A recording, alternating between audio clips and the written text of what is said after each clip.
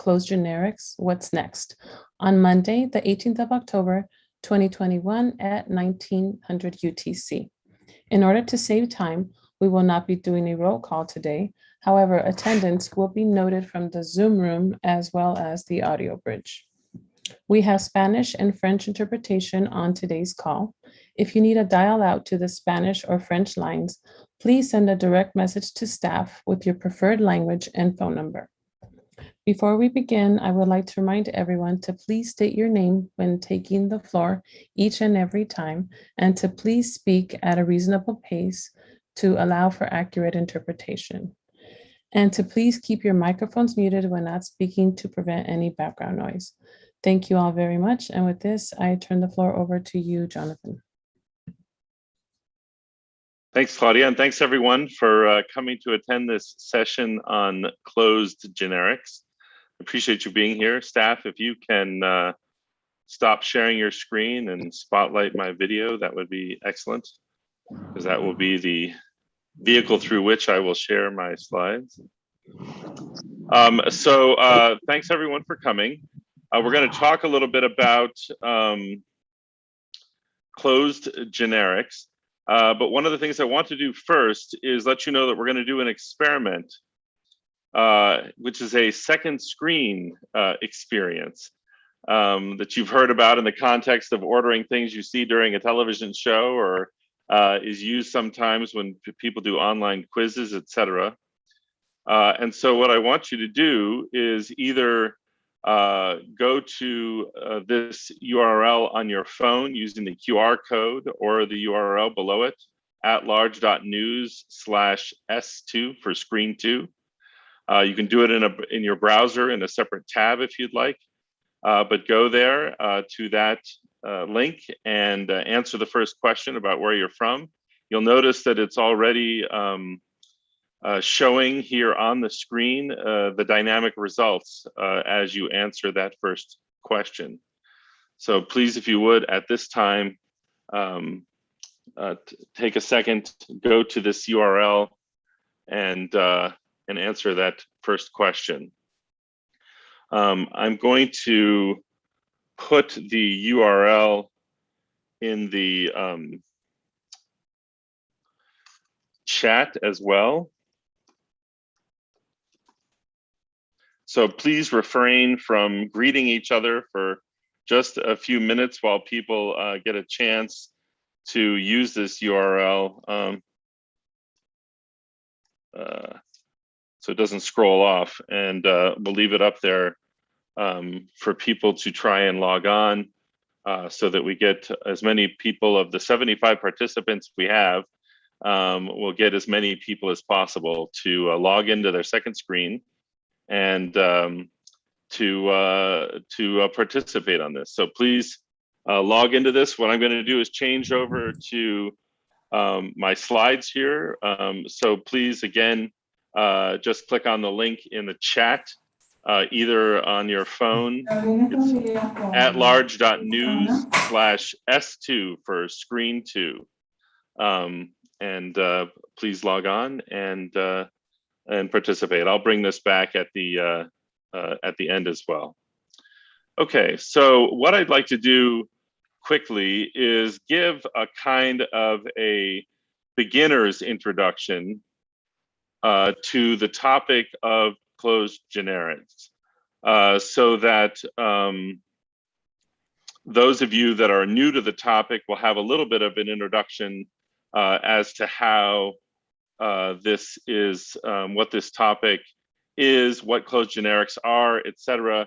It will not, by definition, go into a huge, great detail. This is a topic that's been debated for basically the last 10 years and really intensely for the last 5.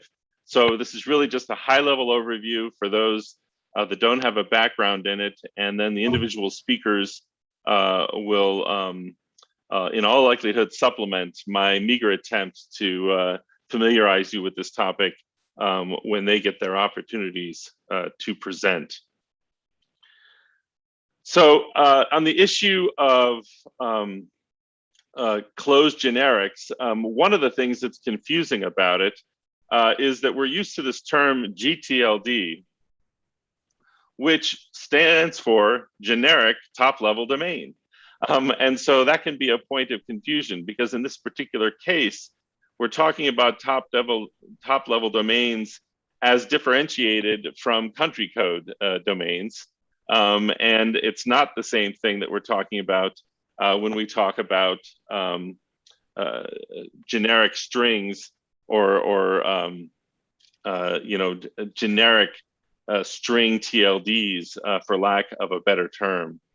So, what are these generics, and what does it mean for them to be closed? Well, what we're talking about when we talk about generic strings are top-level domains that are everyday words that have meaning, that aren't the names of companies, but they're just words that have a broad meaning on the internet and among people, whether it's in English or other languages or Roman or non-Roman script. It's the idea that there are just words that are in common use, words like cloud, book, jewelry, and app. And the idea behind a closed domain is that rather than being available for anyone to register, they're controlled by a single company rather than open to everyone. So, for example, Quicken could apply for .books and then reserve for themselves quick.books, and then put everybody's cloud version of their budget up on the web as, ICANN.books and IBM.books, et cetera. And they could make those URLs available to their customers, but they wouldn't sell them to the general public. They would only be available to their customers and would only have to do with their product. And so that's a closed generic, or it could be a jewelry manufacturer for which all the jewelry domains only go to jewelry distributors of their product. So that's the issue in debate, is generic words like this, but that are controlled and sold by a single entity. So what happened in 2012, which is the last time we had the big expansion of the number of strings that were available to be high-level domains? Well, after a lot of work, something called the Applicant Guidebook was created. This was a sort of a rule book or set of guidelines for those who wanted to apply for a new string to be added to the roots to be a new top-level domain. And it had rules in it, like you can't discriminate between registrars, and you have to act in the public interest. But despite the fact that there was some discussion of these closed generics prior to the publication of the Applicant Guidebook, the guidebook itself is largely quiet on the topic of closed generics, which meant that different people came away with a different interpretation about what the guidelines specified with respect to these closed generics. And as a result, there were a number of applications for closed generics. There were companies that wanted to apply for a string that they would manage themselves, be the only ones that could give out those second-level domains within that string, and to the exclusion of others. And there were many, many examples of that. These are just a few of them that came up during that previous round. So as you might imagine, there were a number of objections to these applications. The first came from the GAC with advice suggesting that such generic terms should only be allowed when specific to the public interest. Michaela Nalen, who was a pretty well-known registrar, had a group of folks together and posted a number of different letters to the board about how these contradicted the policy on non-discriminatory access to these domains by different registrars and what the public interest implications of that and the competitive implications are of that. Kathy Kleinman, one of our panelists, also composed a white paper on this topic and discussed what some of the competitive effects might be, as well as consumer confusion that could be created if individuals thought that they were looking at an open domain, but really it was closed. So if I went to .books thinking that it was going to be a way to get to all books, but it turned out to only be books that were available on Amazon, that they might not be initially aware of that and how that would affect consumer welfare and consumer confusion. And even I was involved in disputing Google's application for .app, because at the time I was the head of an app trade association. So there was a lot of pushback. And so this went before the ICANN board, who, after discussing it, put it out for public comment. And the lion's share of the comments did come back with negative views of this notion of closed generics. There were some positive arguments that were made by some that suggested that these generic terms offered an opportunity for innovation and a different type of URL than had been used possibly, and made the case that the Applicant Guidebook did not specifically prohibit them, that it's difficult to define which strings are in fact generic terms, et cetera, and advocated for a more open access to this. The GAC had recommended that there be a public interest exception, that you should only be able to have a generic term in a closed way if it was somehow in the public interest. And so all those things put together, the ICANN board ended up saying they're banned for now. You can have your money back, you can withdraw your application if you want to, and many did, or you convert your application to an open TLD, which several did as well. So .app and .cloud, et cetera, went forward as open TLDs. And the board specified that this should go back to the community for discussion for a consequent round, which has since happened. The Subsequent Procedures Working Group, whose work ended in 2021, but began nearly 5 years ago, and these conversations, I said, began way back in, closer to 2010, discussed these issues, and there were a number of proposals for allowing them all, prohibiting them all, or providing a public interest exception. But the net result was a lack of consensus. The report back to the GNSO was that they couldn't reach a consensus on what the outcome of this should be. And so they put it back into the hands of the board once again to make a decision about what the policy on closed generics should be. And so we find ourselves in a fairly similar situation, although an awful lot of work has been done and a lot of conversations have been had. We find ourselves in a similar situation to the one we did just after the application process started in 2012, which is why we decided to try and have this session and begin to have this conversation. So this is in the hands of the board, but the GAC, the ALAC, others may, through correspondence or advice, be trying to discuss options with the board. And so that's why we thought we should have this conversation. So at a very high level, there's kind of 4 scenarios that we wanted to discuss. Yes, as Jeff says in the chat, hopefully a definitive decision will happen before applications begin. So in very, very broad terms, the sort of scenarios we wanted to discuss was the possibility, as proposed by some, that we should just simply get over it and allow all closed generics. They're too difficult to define, and they'll lead to more innovation. There's plenty of open TLDs at this point, so allow them. There's also the possibility of prohibiting all of them. They're too much of a source of confusion for end users, and the competitive effects might be long-lasting.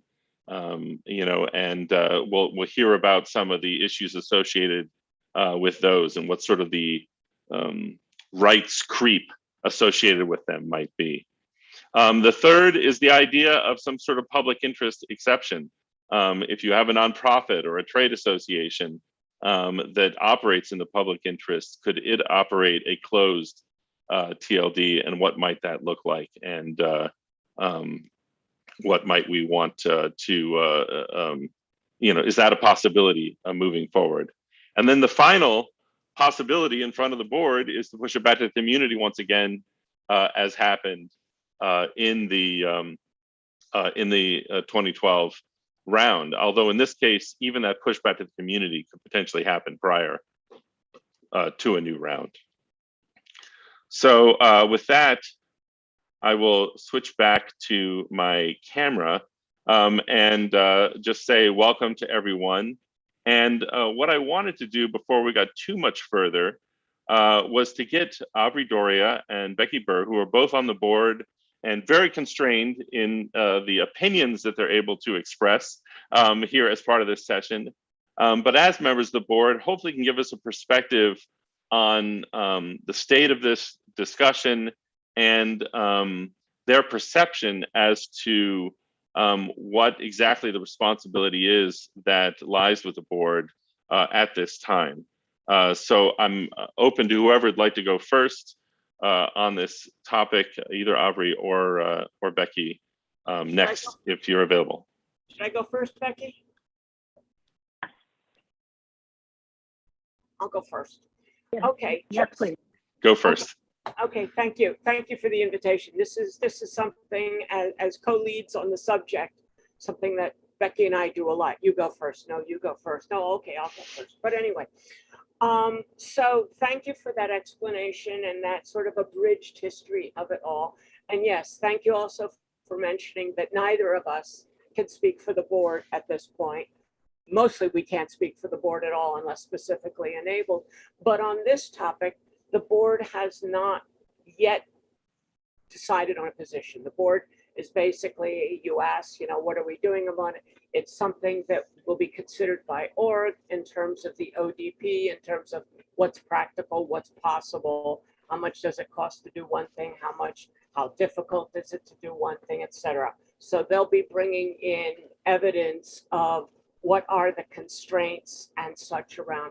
Also, the Sub-Pro Caucus, which is a project within the board that has followed the PDP and now is working on understanding the issues so that it can eventually make a recommendation to the board, is looking through all the issues. This is obviously one of them. Now, in looking through the issues, we're actually going a little further back in the history, I think, than you did in yours. And we're going back to the original decision of 2007. We're going back to the board's, the recommendations of 2007, the board's approval of those recommendations in 2008. There's the AGB, as you mentioned.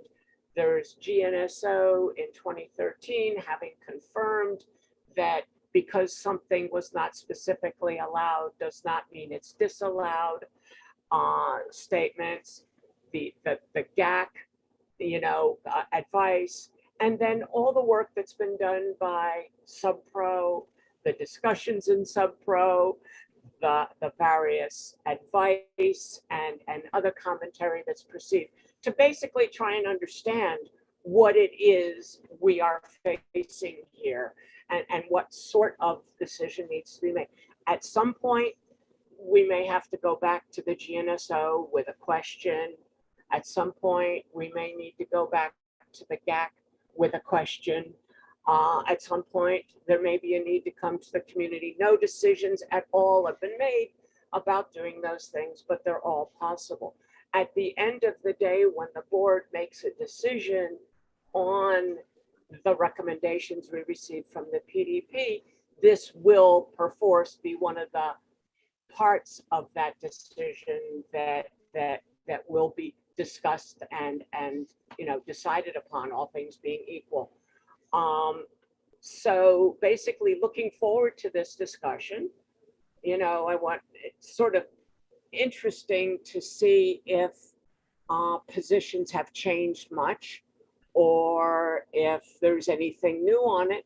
But basically we have a large amount of decisional material and advice and recommendations that we need to pour through and understand. Thanks. Thanks, Aubrey. Becky, do you want to follow up? I just want to add one thing. Of course, the board's authority with respect to policy making is quite limited under the bylaws, and where our role is to act on policy recommendations that come up through the bottom-up policy development process. So as we pour through this material that Aubrey was mentioning, we have to keep in mind the role of the board and the limits on the board's authority with respect to policy. Thanks for adding that.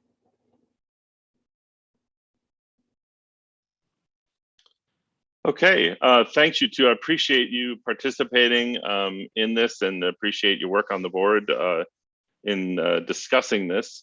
So what I want to do is remind everybody once again of the second screen experience, if you will. And if you haven't had a chance, go to the URL on your phone with the QR code, or use the domain as it's posted there to go to your phone. And so what we're going to try to do is, again, just an experiment to hopefully allow folks to participate as we're talking.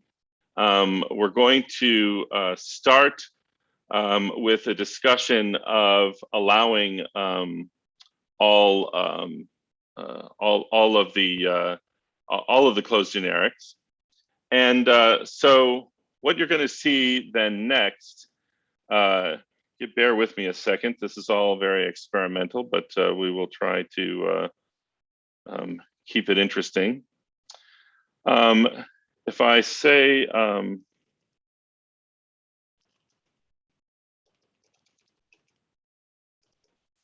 do this, in theory, you should now see in your app a little thumbs up and thumbs down on the topic of allow all. And then what I'm going to put up in my video is actually a gauge to show how people are voting as they go along. And to keep people from just hammering the gauge, there's a built-in random delay that means that you have to wait and hear something interesting as someone talks before voting again, so that you're not just spending your whole time hitting up and down. So this is what it's going to be inside of my video window as staff spotlights Mark's video window to discuss the possibility of, or the scenario of, simply allowing all closed generics in the next round. So if possible, staff, if you could highlight spotlight Mark Trachtenberg's video, he can give us a little overview of his thoughts on closed generics. Thanks, Mark. Thanks, Jonathan. I'm actually filling in for Paul McGrady last minute and didn't have so much time to prepare for this, but fortunately, I think the reasons for permitting closed generic TLDs are clear, although I'm also pretty sure that some in this session will not agree with me. First and foremost, I think one of the most important aspects here is that there's no evidence whatsoever of any harm to competition or otherwise from closed generics. Any potential harm is completely speculative and really not based on any facts or evidence. We don't have any evidence from the first round because closed generics were allowed in the AGB, but then they weren't. The evidence that we do have, which is in the form of generic domain registrations at the second level, I think really makes clear that there is no harm to competition or otherwise from ownership of generic domains by a single entity. And the reason for this is simple. There's virtually an unlimited number of alternative potential domains at the second level. This is also true and even more so with new GTLDs. Not only are there a virtually unlimited number of potential TLD strings that could be created, but also a virtually unlimited number of second level and third level registrations that can be registered in each one of these TLDs. There's also, I think, no likely confusion for end users as to whether a TLD is open or all registrations are controlled by a single entity, which frankly, all TLDs are anyway. It's not like consumers or people in the community are directly navigating to a wildcard.book or some other domain name. They either know where they're going and are directly navigating there because they saw a domain name or URL in an advertisement, or they're finding it through a search engine. But either way, there's not going to be any confusion as to who operates it. And frankly, I don't think any user is going to care. Opponents of closed generics also think it's wrong that one entity can own a TLD and not let third parties register any domain names in that string, and that somehow this gives the registry operator control over that word or language. And I think, again, this is simply not the case. As I already mentioned, there's a virtually unlimited number of alternate TLDs and second level domains available. Additionally, equal access to all for any potential domain name in any string is not a fundamental right. If it was, then in so-called open GTLDs, those registry operators would not get to cherry pick the most valuable domain names and sell them as premium domain names for whatever amount they wanted to. Domain names also have no intrinsic value. Only the value that the owner or potential owner imputes to it through actual use or potential use. Opponents of closed generic strings also argue that this locks up a generic term forever. The TLDs are not necessarily forever. The reality is that if an operator of a closed TLD was not able to put it to good use and offer something innovative that users want, then that TLD will either be opened up by the registry operator will terminate its registry agreement, or it'll sell the TLD to someone else who will make a better use of it instead of holding on to it and continuing to pay for something that has no value. We've already seen a number of TLDs terminate. Now, these are primarily .brands, but I think that just further makes my point. If the registry operator is not seeing value in the TLD, then it will not continue to operate it. Furthermore, if a generic TLD is delegated and is not useful, the public will find a more useful TLD, just as they've done at the second level with all generic word domains taken in all major TLDs. And we should not forget that the DNS has gotten along just fine for 35 years without the delegation of more than a handful of generic terms at the top level. Also important is that prohibiting closed generics stifles innovation.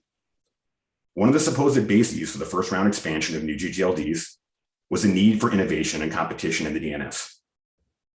There are many potential innovative uses for closed TLDs, which we will never see if they are prohibited. Imagine a platform operated on a TLD where every user of the platform got their own domain for free. Imagine a .picture where you could upload and store pictures and share the photos, or order hard copies and gifts from your own portal on your own domain name. Or imagine what Amazon could have done with .book as a closed platform if they were permitted to. Now, that's interesting and innovative. What's innovative about the same old paper registration system that we've seen since .com started? I can tell you, absolutely nothing. I would also point out that closed generics actually can already exist.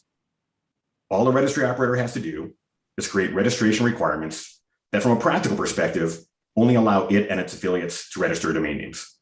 For example, setting registration costs at $1 million or $10 million. Then the registry operator has its 100 promotional domain names to do whatever they want with, which will be plenty for most. And if they need more, they can just pay themselves a high registration fee. I say, let's take that out of the shadows and permit it openly. Now let's talk about the public interest test. As I've stated before, I think this test is completely unworkable and impractical. First of all, what does it even mean? No one has been able to come up with a definition that makes sense and can actually be implemented. The development of such a definition will be convoluted and very contentious, as we've already seen in discussions during SubPro. And any vagueness in the definition, which is an almost certainty, will make it difficult to implement and will make it the subject of endless disputes within the ICANN framework and I think ultimately result in likely litigation outside of the IP. These disputes will be a huge and unnecessary drain on the community's time and resources. But if we take the position that closed generics, if allowed, should only be allowed if they are in the public interest, then why should so-called open GTLDs not have to meet the same test? If being in the public interest is important, this requirement should apply to all TLDs. And is it in the public interest to allow operators of so-called open TLDs to cherry pick the best domain names and sell them as premium domain names for as much as they want at the expense of those in the community that want to register those domain names? You know, where's the outrage from opponents of closed generics here? Even though that practice has demonstrable harm and is clearly anti-competitive, that practice is fine, but operating a closed GTLD where there's no evidence of harm is not. So in sum, I would say there's no demonstrable risk to permitting TLDs to operate as closed generics. That is not completely speculative. All available evidence indicates that no risk or harm will result from delegation and operation of closed generics, or at least no more risk or harm than might be presented by the delegation and operation of any so-called open GTLDs. The public interest test is also unworkable and impractical, and the attempt to create it and apply it will cause significantly more harm than operation of closed generics ever would. But if there is a public interest test, it should apply equally to all GTLDs, whether they are closed or open.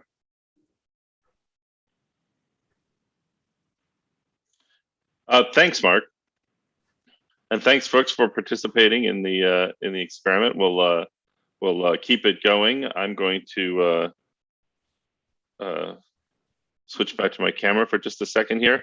Thanks. What I wanted to do now is give Becky and Aubrey the opportunity to ask questions, again, understanding the limitations you face, of Mark and some of the points that he made, if there's anything that clarifications make sense of, et cetera, before we move on. So I do have a question. It's a question that was being discussed in the chat, which is, of course, Mark is absolutely right that there is no evidence that there's anything anti-competitive or harmful about closed generics. Of course, there's also no concrete evidence about contributions or the way that they might be used for innovation. I guess there's lots of thought about that. Mark, in the absence of evidence about how closed generics operate, which of course we can't have any evidence because we don't have any closed generics, what would you be concerned about in terms of potential anti-competitive effects, and why are you comfortable with the notion that they're not likely to be anti-competitive? Well, I think, as I said, there's no evidence of any demonstrable harm. And so, yes, there may not be evidence of use for innovative purposes, but at least given the opportunity to be used for an innovative purpose, if there's no evidence of harm, then why would we prohibit it? One of the bases of the whole program was to allow competition and innovation, and people want to be competitive and be innovative operating closed strings, but we haven't let them, even though there's no evidence of harm. So if we're going to operate on a schema of no evidence of harm is not sufficient, well, then we should not have a second round, right? If that's the conservative approach we're going to take, because we've seen plenty of harm that's resulted from the first round, not only in the anti-competitive behavior I discussed multiple times of premium domain names, which clearly is anti-competitive and harmful to the community, but also other abuses to the system. So I don't think we can just operate by saying there's some, phantom potential risk which no one has any evidence for, because that would have stopped the entire program. So everyone has no trouble taking on all these other risks, but for some reason, this one risk that there's no basis for, no evidence, no facts, this is the one that people are getting stuck on. That's where I just have difficulty. I don't understand it. And again, the evidence demonstrates the opposite. The evidence we do have in the form of generic second-level domains has demonstrated to us there is no competitive harm because there's an unlimited number of other domain names which people can register that also include that generic term, which is the same situation with TLDs.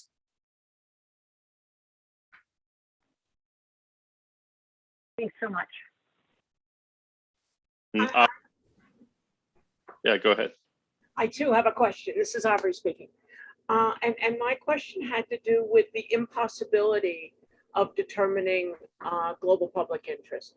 Now, certainly the board is responsible for every decision being shown in terms of its global public interest. And we've created a framework that we're developing and testing and using to do that. And in fact, that framework is going to be used in the ODP to determine at least a point of view on whether the program, as you say, is or isn't in the public interest, and perhaps some of the arguments you've made, you know, may sway that. I don't know, but I don't really understand why there's such a certainty that a framework that you know, especially one that's rooted in ICANN's mission and its values and its commitments can't be created, that these names could be described under and perhaps even judged under, you know, with comments that a procedure could not be built using a general global public interest framework, such as we are now trying to use, because we always have to act in that. That can't be. I'm not sure I understand why it's impossible. We understand that you can't create a unitary definition, but a framework that sort of constrains it and you know, shapes our way of looking at it seems to be creatable. So I'm just wondering. Thanks. I would respond to that question, which is based on the discussions we've had so far, we haven't made any headway, and I don't believe that there's something that could be rationally applied that's not completely arbitrary. What I think the framework we end up with, if any, will result in problems like community TLDs, where people argue about them forever. And I have not seen anything which leads me to believe that there can be something that people could agree on and that could be implemented in a rational way. But that being said, my other point was, if we could find some sort of definition, why should that not apply to all TLDs? And why should it only apply to generic TLDs? If ICANN's mission is to be in the public interest, shouldn't all TLDs have to have a public interest and benefit? That's an answer that no one has been able to give me. Why should we discriminate and only apply this requirement to closed generics when, again, as I said before, we have actual evidence of anti-competitive behavior and other harms created by so-called open TLDs? So if we're going to have this test, let's apply it to everything. Thank you for that. Perhaps it is something that should be looked at. Thank you. Oh, great. Thanks, Mark, so much. Again, just a reminder to people that we've had some people added on. If you want to engage in the second screen experience, the experimental audience interaction, go to the URL that's here on the below the QR code, or type in the domain name and participate via your phone. So for the next section, we're going to allow Kathy basically to present the view of the opposite, right? That all closed generics should simply be prohibited. With that, Kathy, I will let you take it away. Can you hear me, Jonathan? I can, just fine. Thank you. Terrific. Thanks. So I understand I have 10 minutes, and I'm looking forward to sharing a lot of information in that time with you and with everyone. So I'm Kathy Kleiman. I'm a professor in Washington, D.C. at American University, Washington College of Law, where I serve as a faculty member in the program on information justice and intellectual property. I also know many of you. I'm a co-founder of the Non-Commercial Users Constituency, and I really, really enjoy the times when I'm invited to talk with at large. So thank you, Jonathan, and everyone for having me. Mark, I appreciate your taking over at the last minute from Paul. So Jonathan told a very important story, and I don't use that word lightly. He told a very important story of what happened in the first round. And Jonathan, since we didn't have a huge amount of time to prepare for this session, I'm going to retell that story. This is what I've prepared, to retell that story with a little more background and information, because it's a very important story, and you really, really hit the important parts. So first, I used to work with .org a while ago, and a registry. Let's think about what a registry is. A traditional registry, a Gtld registry, runs the database, right? Is responsible for the security and stability of the database of a generic top-level domain. We don't, we can't, we didn't sell domain names directly to the public. We sold domain names through registrars to registrants. That's a traditional registry. When we were creating the rules for new GTLDs, we had that model. Most of us had that model in mind. Traditional registries selling domain names through registrars. But we realized that there was a bit of a problem. How could you force a .ibm or a .sony or a .google, all of which we speculated would be there? How could you force them to sell a second level domain to someone else? The affiliation is apparent at the top level: IBM, Sony, Google. So we did say that a certain group we created, an exception was created along the way for .brands, so that they would own not only the top level, but every second level domain. That's what a closed GTLD is. So please keep this in mind as we talk about closed generics. Okay, but otherwise, most of us had the image that we were going with traditional registries. So imagine our surprise when we woke up on a reveal day in 2012, the day we learned what top-level domains, what GTLDs applicants had applied for, and found out that a bunch of top-level domains had been applied for as closed generics. We didn't even know that term then. And I'm going to read you some of them: baby, beauty, blog, Jonathan shared app and book and cloud and cars and cruise and games and flowers and movie. And it went on and on and on. There wasn't even a bit, there was an upheaval. Wait a second, the common name of a business or industry being registered so that that business or industry, and in this case, some of the largest companies in the world and some of the main competitors in the world, would then own all the second level domains of the generic word, the basic common term of their industry or business. Well, the GAC started to object. We had early warnings by the dozens on this. The ones I read to you came from Australia alone.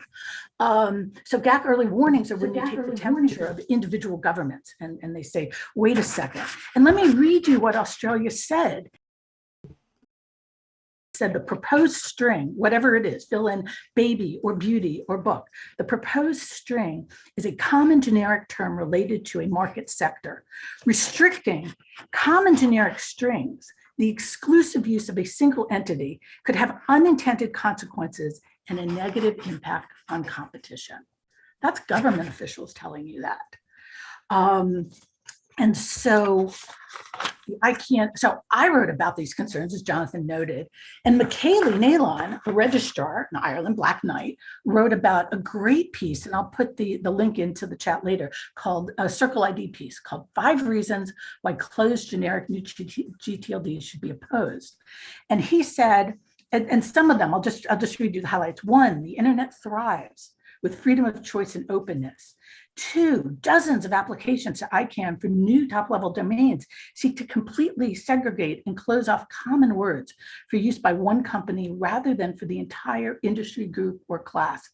He then lists off some of the same strings that I just shared and then says closed generic TLDs lead to unfair closures and improper restrictions.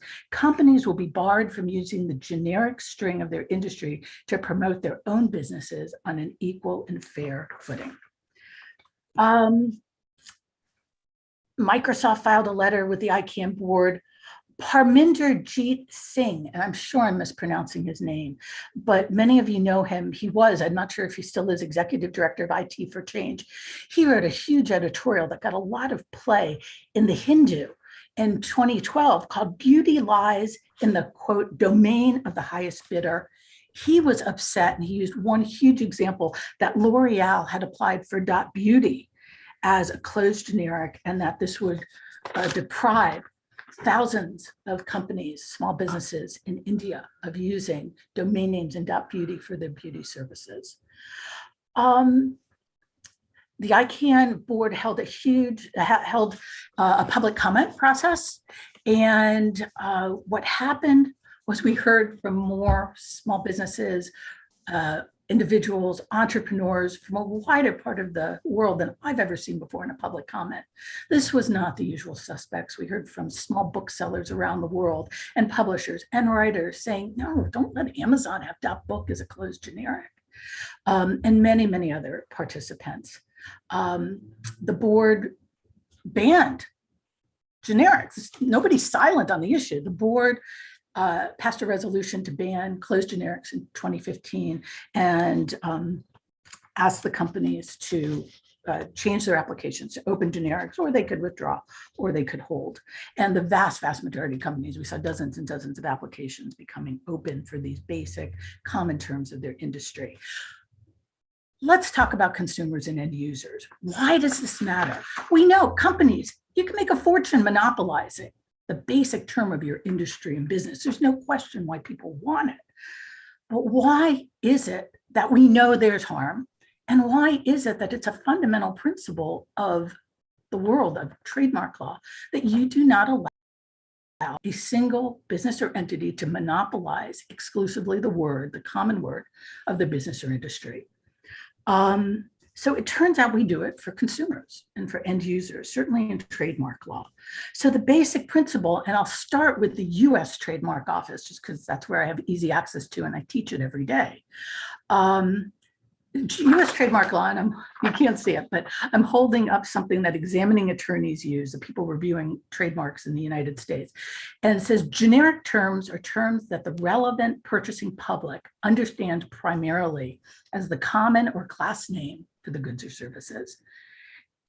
Generic terms are the ultimate in descriptiveness, and they are not registrable on the principal register. Generic terms are refused registration in the US under the Trademark Act. And it's a basic principle of language. You cannot register truck or car as a trademark if you are in the truck or car industry. And I've checked with my friends who are professors of international trademark law, and they affirm that this is one of the basic principles of trademark law around the world. It's also a basic principle of language that for us, for consumers, for end users, for those of us who will be using these domain names, opening up the top levels to make sure that anyone who's an app can be in .app. Can you imagine if we'd shut down .cloud in 2012, just as that industry was breaking through? Instead, it's become a model of competition, of new entrants, of the innovation. Domain names, we know, that's why we spend so much time in this area, are critical to innovation. They're important to competition. And you can register your brand, right? Again, .sony, .IBM, register your brand name as a top level, but don't take away, don't monopolize the top level domain that's generic to your industry. It's not fair, it's not right.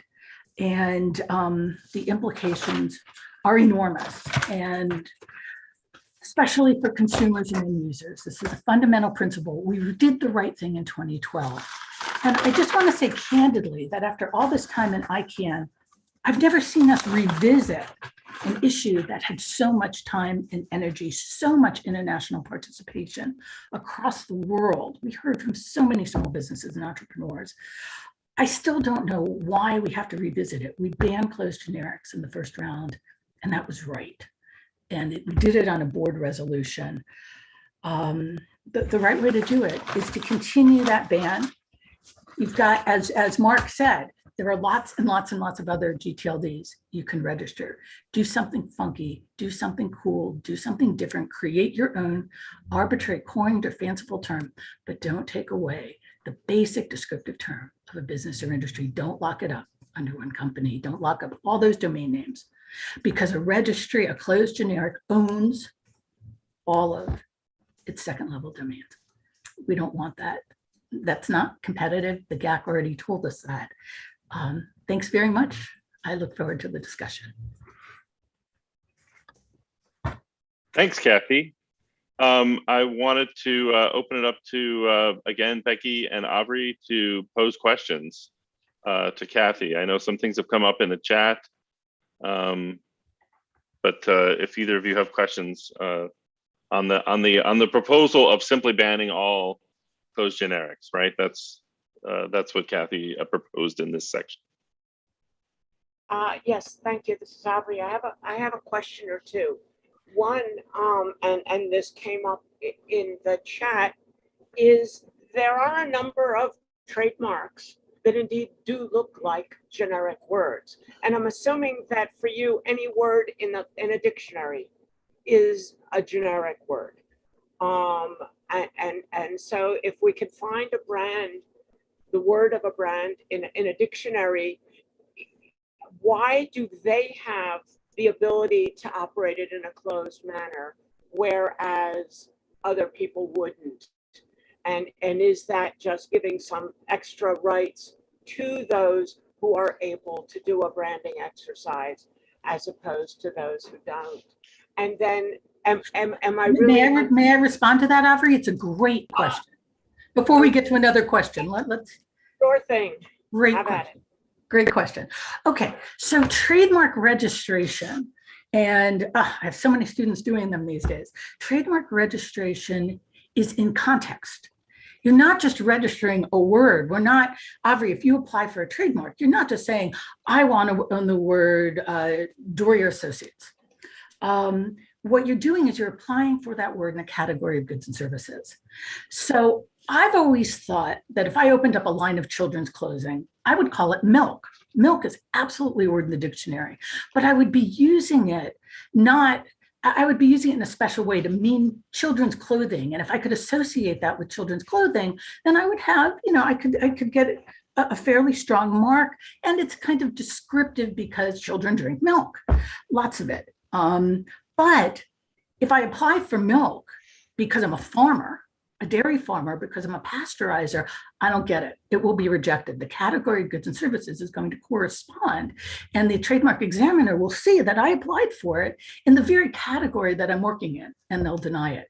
So all of these things matter. So in the first round, we saw Coach apply for Coach as a .brand. Now, of course, if it were 100 years ago, which is kind of fun to think about, 100 years ago registering GTLDs. But if it were 100 years ago and you and I both had coach manufacturers or coach leasers, we were leasing coaches with beautiful horses to everyone, it would be a generic. But when Coach registers it for purses, it's not. So all of this depends on the context. And here too, it's pretty easy to tell when Google applies for .blog and .search as closed generics. We know what they do, and we know, they knew they had to change that in 2012 because they were using it as a generic term in their industry or their industry and business. Sorry, back to you, because I know you have a second question. But a question I have on that, when you're applying for a TLD, you're not applying within a specific industry, within a specific fund. You're applying for a generic name or a general name, a GTLD, a generic TLD, that exists on the internet. Is is that to be policed within your mind to make sure that it is never used for anything generic?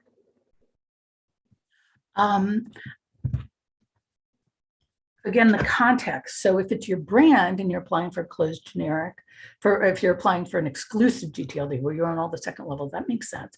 But no, it's pretty easy to know who the biggest competitor. And in the first round, we saw some of the biggest competitors in the world applying for the generic of their business or industry. There wasn't anything unusual about their listings. They knew exactly, when Amazon applies for .book, you know exactly what they're doing. There's nothing that, they're the largest bookseller in the world. I'm a little confused. Yeah, okay, perhaps I explained myself badly. After they've gotten it, yes, you know that you're applying for .milk because you create children's clothes that are called milk. But is there anything to prohibit you then from using it for whole milk or something else? Is that to be policed? And that's when it's in a brand. And yes. I'll leave. Yes, I would say in part 18, in the public portion of the applications, we do tell people what we do tell the public in the public comments. So for end users and consumers, ALAC, please take note that we have a huge public comment process where we, the public, have the opportunity to comment to the ICANN board and the ICANN community about these applications. I don't know whether it will still be part 18 in the future, but I spent a lot of time reviewing the public portion of the application, as did anyone who cared about .kosher and .halal and other things. And so, yes, I do think companies are bound, as in a trademark application. I think in a GTLD application, you should do, in general, what you told the public and the ICANN board and the ICANN community what you're going to do. And you should police it afterwards. The other question I have is about generics and looking at the IDNs that we're going after, that going for IDNs is one of our hopes. Okay, let me check. We're saying IDNs, internationalized domain names, not IBMs. Yes. Okay. Thank you very much. Okay. So yes, in looking at those, we've already established that we want to basically treat any word in a dictionary as generic. Do we need to do that with all dictionaries? So basically any word that's in a dictionary is prohibited. No, you mischaracterized what I've said. So when L'Oreal applies for .beauty, as a closed generic, we know exactly what's going on. So if L'Oreal applies for .beauty in Hindi, assuming they have a huge presence in India, you'd have an issue on that as well. Again, fundamental principle of law, generic words in businesses or industries, it translates across languages and it translates across scripts. Basic principle of international trademark law and registrations that we all get to use language in its ordinary and normal way, regardless of what language we're speaking. Thank you. So if I understand you, it's only brands that can have closed TLDs. There may be a spectrum, but we created it for brands. Brands are the easiest case to justify. Closed generics on the opposite end of the spectrum should be open because of that generic word in the business or industry. There may be something in the middle that we need to talk about. One last thing I wanted to point out, that the decision of 2013, the NGCP decision, was not a policy. It was merely a decision made as a practice for that round. They were very specific in that motion to say this does not apply for future rounds because the board cannot make policy. And in not confirming it, the subsequent procedures, new GTLD, PDP, in not confirming it, they didn't bring it up to the level of policy. So I do wonder to what extent you can consider that a policy. I consider it a precedent. I'm holding the resolution here, the board's resolution 2015 here, and I consider it a precedent. The board understood exactly what was going on. A generic string means a string consisting of a word or term that denotes or describes a general class of goods, services, groups, organizations, and things, as opposed to distinguishing a specific brand of goods, services, groups, organizations, etc. The board, when it took its action, the GAC, when it took its action, the dozens and dozens of early warnings, the board wanted ICANN the next round, wanted the community in the next round to create a new set of rules. We didn't. So we couldn't. There's a lot of lawyers who want to get closed generics for their clients in the next round, and consultants too. So we didn't create a new policy. The question is, what policy prevails? And again, I'm wondering why consumers and end users, small businesses and entrepreneurs have to refight the same fight again and again and again. The board did act, and it was successful. Notice the world did not come to an end.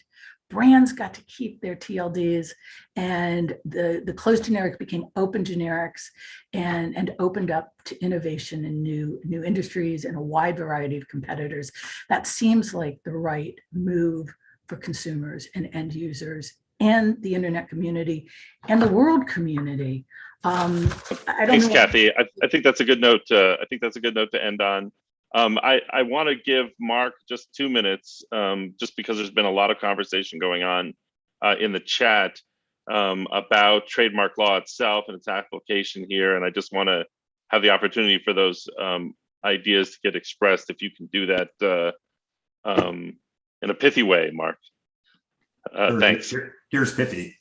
Who cares what trademark law says in this case, right? ICANN is not the trademark office. And so, what can be registered as a trademark in the US is not necessarily applicable to what should be available as a TLD. So I think it's just apples and oranges here. And frankly, I haven't heard Kathy say one thing that addressed any of my points, right? We still have no evidence of any harm whatsoever. There's not likely to be any sort of confusion here. And there's no reason to not let future applicants make innovative uses of their TLDs as closed or open. May I respond? Very quickly, if you would. Thanks. Okay, couldn't respond to Mark's. We each formed a speech beforehand, before this meeting. So Mark, couldn't respond to you because I didn't know what you were saying, and we didn't even know you were going to be here until today. But I think the harm is shown. We have decisions before the International Chamber of Commerce from communities objecting to closed generics. Trade associations objecting on behalf of their own communities. The CTIA, the Wireless Association, objected to Dish DBS and Amazon controlling .mobile as closed generics on behalf of all their members. And in fact, the panelists there agreed with them that there would be harm, that they had proven there would be harm to the community. We know what will happen if the largest competitors get these closed generics. Far better to let them get the brands as closed, keep the generic words open, and then there's lots and lots of room, as Aubrey, I think, showed us, lots of room in the middle for innovation and ingenuity and cool naming, but not in the generic word of your business or industry. Thanks. Kathy, you don't know what the future holds, and you don't know what any of those companies will do with those TLDs. And if we're going to operate on a schema of avoiding all possible risk, then we should not have another round, because there's too much risk and potential that all sorts of TLDs can be abused. And that's just not a basis to make this decision on. Mark, I think the first round actually went stunningly well. We opened up these closed generics, and the GAC told us to, in addition to everyone else. We opened them up and they worked for the most part. And again, the close for the DOT, you want to DOT brands, and you got DOT brands. And so those are going forward, and lots of room in the middle for DOT horse and other things being used by artists. So I actually think that the proof is in the pudding. The first round went well. You think it went well because you opposed closed generics, but for those that think closed generics should be approved, they don't think the first round went so well, especially when they had to either abandon their applications or open up those TLDs. And in addition, there's many other abuses and many problems, again, like premium domain names and other competitive issues that have arisen. So the first round was not perfect. And if it was, and it went so well, we wouldn't need sub pro. We could just use the same AGB in the same system we used before. And you and I spent thousands of hours in SubPro trying to really work hard with under Jeff Newman and Cheryl Lang-Denora, the co-chairs, and really working hard to dot the I's, cross the T's, get this right. And this was still one we fundamentally couldn't agree on. But so many other things hopefully have been greatly improved. And I look forward to seeing what happens in the next round and rounds. Thanks, I'll close it by Kathy. agreeing with you that we could not agree. Thanks, Kathy. I've been pinged by staff that we're running through our time. Becky posted a question in the chat that I wanted to give you the chance to ask quickly, and Kathy answer quickly before we move on. So go ahead, Becky. Jonathan, I just have a question, and this is a question of, is there a slippery slope spectrum issue here that we're not dealing with?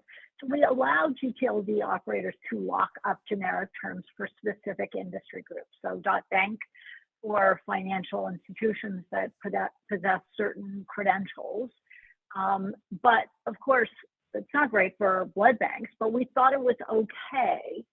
And I'm just trying to understand why it is okay to take a word out of circulation at a certain level in the DNS and lock it up for a specific set of actors that have some relationship to it. But it's not okay to do that for a smaller set. I'm just looking for the principled difference here. It's a good question. So let me take that attorney as an example. We wouldn't, I mean, my sense was that we were going to allow a, it is a great question, as the chat says. We were going to allow the registry to restrict who could register a domain name under a .attorney or a .avocat to those people who are credentialed, like you and me as attorneys. And that would be okay, but that they couldn't just restrict it to French attorneys or German attorneys or American attorneys, that the domain names had to be open to those who reasonably fit the category. That was my sense of what we did with these sensitive strings like .hotel and .bank. We obviously want somebody minding the store, particularly in .bank for security. We want real banks in there. We want someone checking the paperwork. But if .bank just became the largest American banks, I think there'd be an uproar, and that's not the policy they've set in place. So these sensitive strings, as you know, the GAC was very careful. We had both the exclusive strings, what we now call the closed generics, and the sensitive strings. And so we treated sensitive strings specially. But you know, the idea that a .attorney or .hotel or a .bank would withhold that registration of a domain name to a reasonably credentialed applicant somewhere in the world, registrant, domain name registrant, is not what we were expecting. We're expecting that they're allowing that competition in, is my understanding. Thank you. Thanks, Becky. I appreciate all your thought on this. I know you've been struggling with this as some of us have. Thanks, Kathy. And so this is a good segue actually to Bill Juris's question in the chat about maybe we make a policy that closed generics can only be owned by someone who's not in that industry, which is an interesting way of putting it. But Mark kind of jumped the gun in his initial discussion on this idea of a compromise whereby, and there were white papers on this as well that we'll put in the agenda for folks that want to read more. But the idea of a public interest exception to this rule. And so there's a couple of different forms that could take. One is that nonprofits like the Red Cross could apply for dot relief because there's been so much phishing scams and things like that in that context. And so that would be something that you would that they would maybe manage and validate in a stronger way than just a restricted TLD like .bank. I don't know. Another non-nonprofit idea could be a trade association that's more like .bank, but a trade association that's an industry group that's got an open membership might apply for something as closed TLD because they want control over who's able to get those second level domains. So it could be a trade association of insurance companies or something like that wants to get .insurance. So there could be instances in which the public interest could be served by an organization that isn't a standalone, I guess, as a competitor within that, as a possible definition for the public interest. Mark, you've already sort of let your views known that you think that kind of a process would have way too much overhead, be too difficult to define the public interest. But rather than define the public interest, is there a way to look at this as a variation on the restricted TLD that might be in the public interest? And so I guess I'd go to Kathy first to talk about this, and then back to you, Mark, to talk about this idea of a compromise in which trade associations or nonprofits and others could apply for closed generics with the intent, as Jeff puts it, to be in the public interest of the public at large, as opposed to registrants in particular. Kathy, I'll go to you first. Jonathan, it sounds good in theory. The devil is always in the details. And I spent months on this issue, trying to come up with something called a public interest, that we call the public interest closed generic TLD. I work closely with George Sadowski, who was on the board when the board had the resolution banning closed generics. Worked closely with Alan Greenberg and Greg Shatton. We all put our names on a proposal. And the community couldn't agree on it. We thought we were really reaching out, but it's hard. It's really, really hard. Mark, if I'm misattributing, please let me know, but I think you said that the overhead would be enormous, and it really would. Who defines public interest? Who contests public interest? What do you have to submit up front? What would the applicant have to submit up front? Perhaps that they are, and here I'm reading from our proposal, that they're a not-for-profit organization or comprised entirely of not-for-profit organizations. How are they going to run the TLD? How are they going to open it up to all kind of reasonably situated registrants for domain names, as a .bank or .attorney might? How does ICANN know, when you're sitting on a stack of applications, perhaps thousands of them, how does ICANN go through the process of determining, is it like a community application? How do you go through the process of determining whether the statement of purpose is enough, whether the applicant is enough, whether the governance plan for the TLD is enough? Who rejects, who reviews, who rejects? This could spend, I mean, it's possible, it's conceivable. I think it would take an enormous amount of ICANN's involvement for the at-large community, for the non-commercial stakeholder group, for the commercial stakeholder group. I think it would take an enormous amount of our time, enormous, to review, to monitor, to oversee. I think it could be a big black hole in the next round of new GTLDs, because it would take so long to process these applications. At least that's partially what SubPro told us when we worked, again, very hard to submit a proposal on public interest closed generic GTLDs. Thanks. Thanks, Kathy. I wanted to give you a chance, Mark, since it's been a while since we heard from you on this topic, to revisit this issue. I mean, is there a big difference between, I mean, the primary difference between this and a restricted TLD, as Becky put up, really actually has to do with the vertical integration, really. I mean, even with a restricted TLD, there's still an entity that's somehow approving who would be allowed. In this case, it would allow a single entity to suggest who could get a second level domain and register them directly, I guess. That seems like the primary difference between this and a restricted TLD like .bank as we have today. I'm going to shock the world and agree with Kathy yet again, twice in this session. Like I said, and like Kathy said, and I think like SubPro said, it's just too difficult to figure this out. And how is ICANN qualified to be in the position of being the arbiter of this and determining who has sufficiently met this test of being in the public interest? The proxies that have been suggested, I just don't think are good ones. Not-for-profit is a tax status, as I said in the chat. It doesn't necessarily mean in the public interest, and it means different things in different parts of the world and in different jurisdictions. And a trade association its purpose is to advance the goals of the trade association, not the public interest. You know, the Association of Travel Agents, they're not there to help the public. They're there to help travel agents, which is not to say that a trade association couldn't have a dual purpose and that all of things are meant to harm the public. Some things I think are meant to really help the public as well, but a trade association is not there for the public interest. And so, you know, we don't have, I can't imagine, no one has come up with any good tests that we could use. And I just don't think that there is one. And even if there was, which I don't think there is, I don't think that ICANN is the right organization to be applying it. And again, if there is such a test, then it should apply to everything. We shouldn't discriminate. You know, everything's about non-discriminatory access and equal treatment. So let's treat all TLDs the same. And if we're going to have this test, which I don't think we can have anyway, it should apply to everything.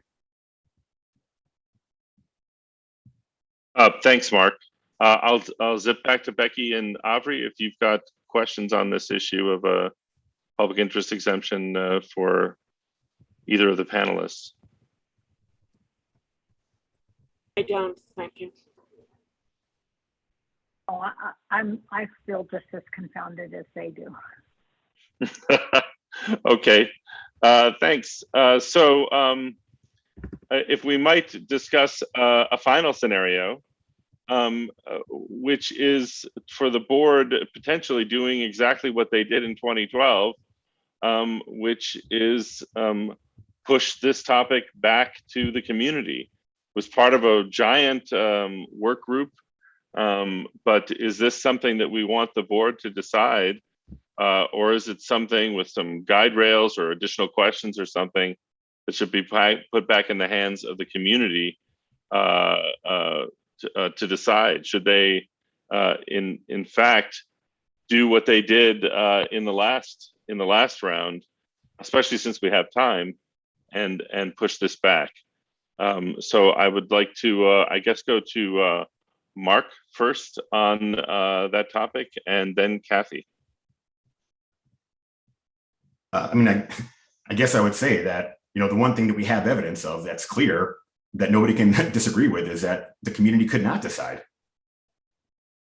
We spent countless hours on this topic and people couldn't even agree on what the status quo was. So to have the board kick the can back to the community, kick the can down the line, it just doesn't make any sense. I think the board here just has to make a decision one way or the other. I mean, I hope it's one way, but to just leave this in limbo doesn't really seem to make much sense to me. And to kick it back to the community, how does that work for the second round? You know, people are talking about an open second round forever, which is constant, continuous. So when does this get decided? 5 years from now, 10 years from now, 100 years from now? There's got to be a decision. And, you know, that is the purpose of the board sometimes. They listen to the input from the community makes policy, but at the end of the day, the board has to make a decision. In the last round, they made a decision to temporarily not allow closed generics because they were facing a lot of pressure and for a variety of other reasons. I wasn't in the board meetings, but that was their temporary decision at that time. And so, you know, that's why we have the board, because the community can't always decide. So here, the board needs to make a decision, and, you know, I hope they make one. Thanks, Mark. Kathy? Yes, and now I get to agree with Mark. That's three. So another breakthrough, which is wonderful. Mark, you're right. And Jonathan, going back to the community, let me tell you what you're positing is another PDP, an expedited PDP, but we're talking about another policy development process. We had the screws put to us, you know, quote unquote, in both SubPro and, as you know, I was a co-chair of the Rights Protection Mechanism Working Group, which Mark was on as well. We were told we had to move quickly, that the world wanted, that the community wanted, that applicants wanted these new rounds to open up soon. We had to work very, very quickly. In the end, it took years, but we did the work as fast as we could. And now the new rounds stand at the precipice. You're going to throw it back to another PDP? That could take years too. I agree. I think the issue has been defined. I think the precedent has been set. There's nothing silent about what happened in the first round. The community spoke, the board spoke, the GAC spoke. Yeah, we know the issues. They're very, very clear. And now it's time for the board to speak again. Mark's right. You know, sometimes the board acts. And this is one I think to move forward to the next round as quickly as possible. This is one I think they will. I would hold notice and comment and other things, but and again, you know where I stand on this. The banning closed generics is the right thing for language and the right thing for new GTLDs. So thanks. Thanks, Kathy. Yeah, I guess I just find myself always feeling disconcerted when we're putting policy decisions in the hands of the board. It feels like it's not their role to define policy, and as tough as it is, as soon as we have them define policy, we now open them up for revisiting those decisions because of empowered community powers, et cetera. The entire landscape changes as soon as we start this process of saying, oh, you've made a policy decision and we don't like it. I mean, their job is supposed to be to backstop the community and its decision to develop policy, not to develop it itself. So that always feels like it feels like the wrong role for the board, and one that's ultimately not good for the community to abdicate. That's just my personal opinion, and not one that's been established as part of the ALAC or anything like that. But I feel like that's a dangerous precedent whenever we abdicate our responsibility to form consensus on an issue. In the few minutes we have left, I wanted to just go ahead and open it up to questions. I know Jeff wanted to say something, so since I know already you're ready, I'll go ahead and call on you. Thanks, Jeff. Yeah, thanks. Thanks for hosting this, Jonathan, and to the ALAC. I mean, I think that this is, you're just getting a flavor for what 5 years were like within SubPro on this very issue. And I know Kathy was saying that she sort of felt rushed at the end. And to be fair, you know, I don't think Kathy joined until kind of the mid to later stages. So, but a number of us had discussed this issue on multiple occasions throughout the year for hours and hours and hours. And the only advice I can give is that if the board were to punt part of this back to the GNSO, it would have to be with some sort of concrete direction. It couldn't just be an open-ended, just do it again, right? So it would have to be with some sense of the board, like, you know, we want to allow some closed generics if they meet a public interest test, and this is kind of what we're thinking. Now, GNSO, can you come up with some policy to achieve that? That might be a way it could be punted back, but never to just say, okay, discuss it again, because there are just too many conflicting interests in this multi-stakeholder model, and there's no incentive for anyone to back off of their original position because there's nothing positive for them to gain by doing so. The other thing I really want to emphasize is we have to look at this from the end user perspective and not solely from the registrant perspective. Whether a registrant can register a domain name is not, I would argue, the only thing to look at as to whether something could be in the public interest. I can think of, and I'm not saying I'm for closed generics or against, I'm just saying I can think of a number of uses that a registry that's the sole registrant could do with a TLD that would be much more beneficial and in the public interest than just selling domain names to the public. So I think that that's something that needs to be considered. And then the last thing is, we're not looking for the best possible use of a TLD. That's never been part of the process. This is not and has not been, you know, a beauty contest. So just because we can think of better ways that something can be used doesn't mean that we shouldn't allow a use that can be shown to be in the public / end user interest. Thanks. Thanks, Jeff. Alan Greenberg. Thank you. The ALAC made a very extensive advice to the board on the closed generics and on the subsequent procedures. And the closed generics was perhaps the shortest section in that. I don't think we can dispute the fact the board is not there to make policy. The community and the GNSO is to make GTLD policy. And our advice was very simple to the board. And I'll read it because it says, in the present absence of consensus policy recommendations by sub-pro working group with respect to closed generics, the ALAC advises the ICANN board to direct ICANN org to suspend any processing or acceptance of applications for closed generics until such time as consensus policy is adopted. And it continues. So we're not saying ban it, we're not saying allow them. We're saying since we don't have a policy and the community is supposed to make policy, suspend processing until such time as there is consensus. How that consensus will come about, whether it's a PDP or something else, if we ever get to the point where we think we can have consensus, fine. We can have a real quick PDP and get it done. But until then, the board should continue the suspension. Thank you.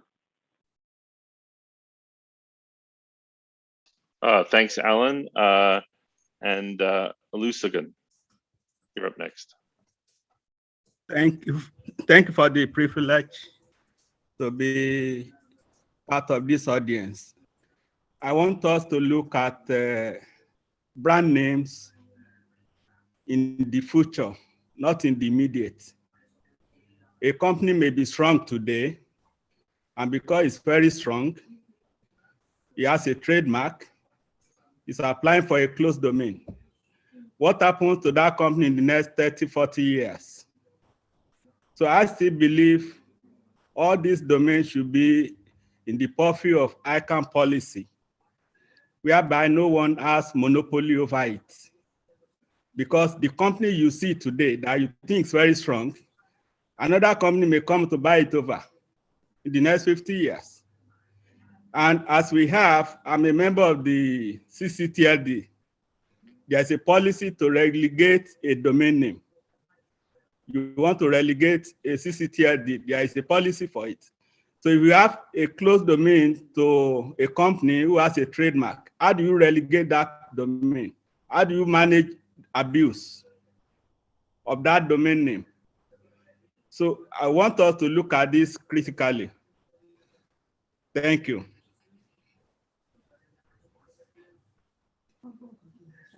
All right, thanks. Thanks for your comment. Thanks everyone for participating in this discussion. I don't envy the board. Again, I personally favor PDP to address this rather than passing this to the board to make a decision. But I know there's a lot of discussions going on, and I wish them the best of luck with this. But thanks everyone. Here's a little bit of some analytics, maybe,